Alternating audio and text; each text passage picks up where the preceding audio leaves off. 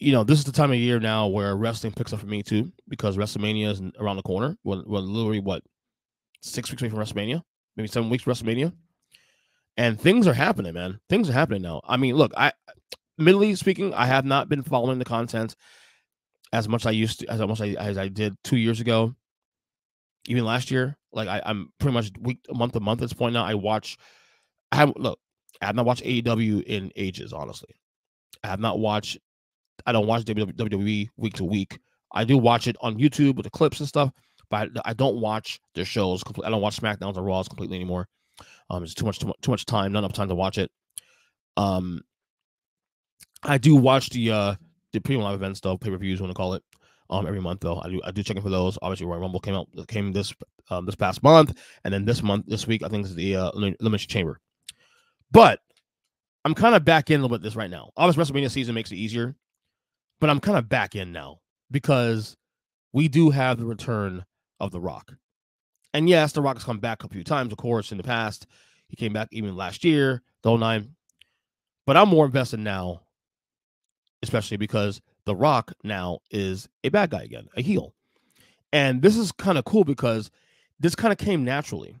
If you guys have been following wrestling, of course, the Bloodline storyline has been going on for almost 4 years now, with Roman Reigns being the head of the table. You have the Cody Rhodes situation where Cody Rhodes actually lost in WrestleMania last year, trying, to finish a story for his father and all that. And then, but of course, for years, it's been mentioned and been rumored that WWE wants to have Roman and The Rock wrestle, whether it's WrestleMania or whatever platform or whatever, to see who is the real head of the table, whole nine. Well, The Rock is back now, and The Rock was back to supposedly challenge Roman Reigns. But seeing that Cody Rhodes won a Royal Rumble, and of course, if you win a Royal Rumble, you get to choose your opponent at WrestleMania. And he chose Roman, of course.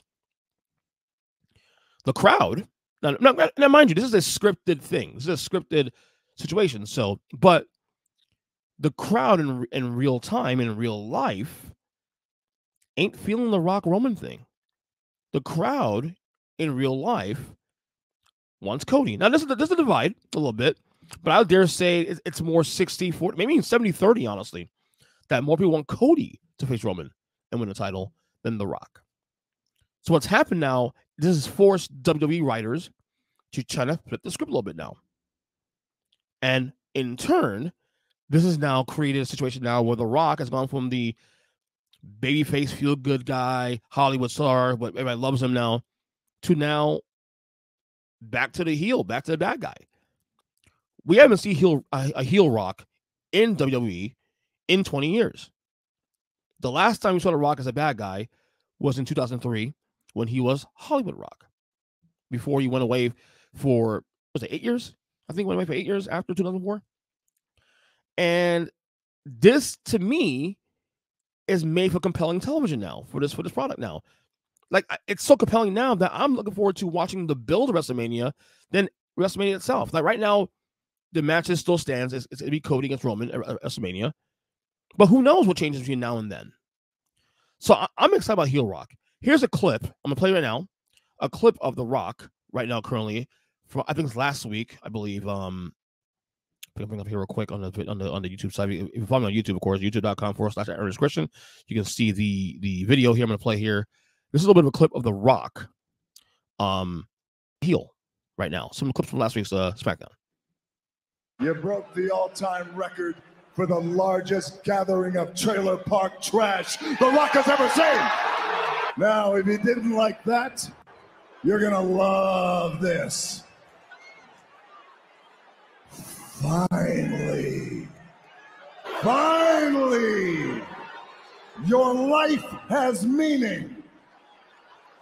Finally, you and your 50 wives will have a story to tell. And you know what I'm talking about? You'll have a story to tell your 600 inbred grandchildren one day. And that is what it's like to look at greatness in the flesh, because finally, The Rock has come back to Salt Lake City. That's so great, man. That is so great. That is literally, and I'll tell you right now, I know everybody loves The Rock and all this stuff, and they have their moments and all that. And to me, my favorite Rock is bad guy Rock. I've always been a fan of corporate Rock from 1998 to 99 when he was feuding with Steve Austin, when he merged with Vince McMahon and all that, and then that whole thing. And then to me, my favorite Rock, of course, is Hollywood Rock. Granted, was not watching in real time when it happened because I at that point I hadn't gotten out of watching wrestling, at that point for 17 years. But Hollywood Rock's my favorite one. And now we're getting this same kind of type of Rock back now into the WWE. Now, how long does Rock stay here? I don't know. This could go on for another few months. It could go into the rest of the year. I mean, we could see The Rock turn on Roman at some point. Maybe Roman turns babyface down the road. Who knows? But this is what makes WWE television compelling. Stuff like this.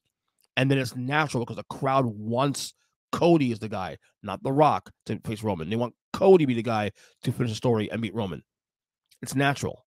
It's creating new, fresh material, new creativity for the writers now. What are they going to do next? How does this build WrestleMania goes? How does WrestleMania go in general?